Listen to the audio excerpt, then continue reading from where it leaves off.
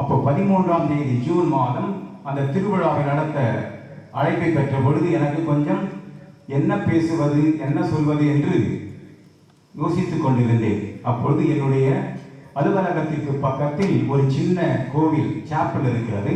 அந்த சாப்பலுக்குள் கோவிலுக்குள் சென்று தேவனுக்குரனை பார்த்து, ஜீசஸ், நீங்க தான் எப்படியாவது எனக்கு இந்த திருவிழாவிற்கு ஒரு சிறப்பான பிரசங்கத்தை தர எனக்கு உதவி செய்யணும் என்று கேட்டேன்.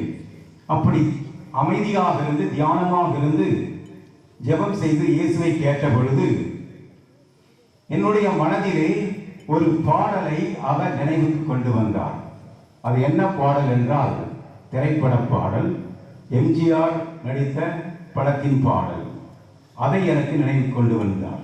அது என்னவென்றால், அன்று வந்ததும் இதே நிலா, இன்று வந்ததும் அதே நிலா, இருவர் கண்ணுக்கும் ஒரே நிலா, இன்றும் என்றும் அதே நிலா, இன்றும் என்றும் ஒரே நிலா.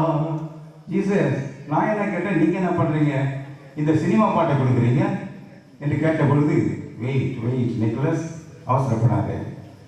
அந்தோனியாருக்கும் அதே ஜீசஸ், அகுஸ்தினாருக்கும் அதே ஜீசஸ், உனக்கும் எனக்கும் ஒரே ஜீசஸ், இன்றும் என்றும் அதே ஜீசஸ், இன்றும் என்றும் ஒரே ஜீசஸ். இது எப்படி இருக்கு? சூப்பரா இருக்கு. பார்த்தீங்களா?